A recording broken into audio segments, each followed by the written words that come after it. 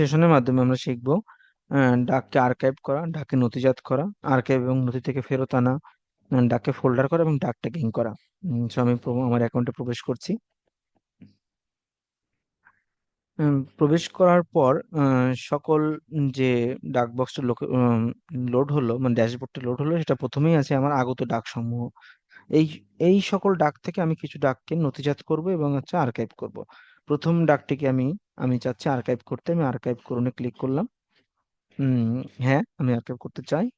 এবং পরে যে ডাকটি আসবে সিরিয়ালি, তাকে আমি করতে চাচ্ছি নথিজাত করতে চাচ্ছি।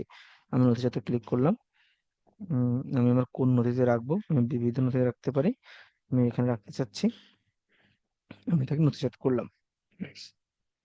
এখন আমি দেখবো যে আর্কাইভকৃত ডাক থেকে আমি আর্কাইভ করা ডাকটাকে কিভাবে ফেরত আনবো।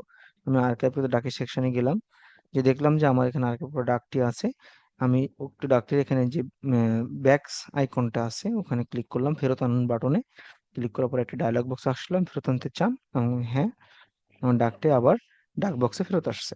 আমি এবার চাচ্ছি নথিজাত ডাকটিকে ফেরত আনতে। আমি আবার নথিজাত সেকশনে গেলাম, অনেক ডাক নথিজাত করা আছে, আমি আমার শেষ ডাকটিকে চাচ্ছি। আমি আবারও সেম ভাবে ফেরত আনুন বাটনে ক্লিক করলাম, ওটি আবার আমার ডাক বক্সে আসবে। এখন চাচ্ছি এখান থেকে একটি ডাককে আমি ট্যাগিং করতে বা ডাক ফোল্ডারে অ্যাড করতে। আমি এটাকে চাচ্ছি, আমি এটা ডাক ফোল্ডারে যুক্ত করতে চাচ্ছি। কোন ফোল্ডারে রাখবো, কোনো ফোল্ডার নাই, সেই জন্য আমার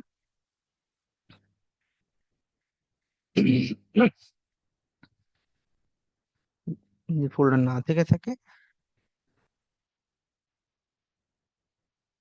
এসব ফোল্ডার না থাকার কারণে আমার আসলে কোনো ফোল্ডার নেই, আমার ডাক ফোল্ডার তৈরি করা নেই বলে কোনো ফোল্ডার আসছে না। তো আমাকে একটা ফোল্ডার তৈরি করতে হবে।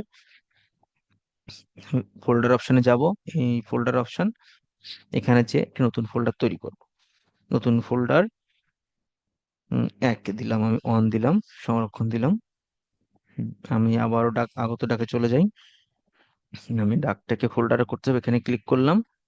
ক্লিক করলে কোন ফোল্ডারে করতেছি, নতুন ফোল্ডার 1। আমি অন্য নাম দিতে পারবো, জাস্ট আমি বাংলা টাইপিং না করে দ্রুত এটা সমাধান করার জন্য এটা দিয়েছি এবং সংরক্ষণ দিলাম। ডাকটা আমার নতুন ফোল্ডার অনে সেভ হয়ে আছে। আমি কি করে খুঁজে পাবো এখন? ফোল্ডার অপশনে যাব, আমি যে দেখবো যে নতুন ফোল্ডার 1 এখানে আমাকে ডাক আছে। আমি যদি চাই এখানে ডিলিট করে ফেলতে, আমি ডিলিট করে দিতে পারবো, বা এর আন্ডারে যদি অনেক আরো ফোল্ডার তৈরি করতে চাই তাও পারবো, এবং এর আন্ডারে যদি ডাক তালিকা সেটাও দেখতে পারবো। আমি দেখি যে এর ভিতরে আমার একটি ডাক আছে। আমি যদি চাই আরো একটি ডাককে এখানে ইনপুট করি, আমি মাল্টিপল সিলেক্ট করলাম, ডাককে একই ফোল্ডারে রাখতে চাচ্ছি, তিনটাকে সিলেক্ট করলাম করে আমি উপরে থেকে ডাক ফোল্ডারে যুক্ত করুন অপশনে ক্লিক করলাম করে, আমি নতুন ফোল্ডারে এই যে আমার ফোল্ডার 1 ছিল সেখানে সিলেক্ট করলাম করে সংরক্ষণ বাটন প্রেস করলাম। আমার ডাকটি সংরক্ষণ হয়ে গেল ফোল্ডারে। আমি আসি, দেখলাম আমার 3টে ডাক আছে এখানে। আমি এটা ক্লিক করলাম, আমার 3টে ডাক শো করছে। তো এটি ছিল আজকের আলোচ্য বিষয়। আমি আর দীর্ঘায়িত করব না। ধন্যবাদ সবাইকে।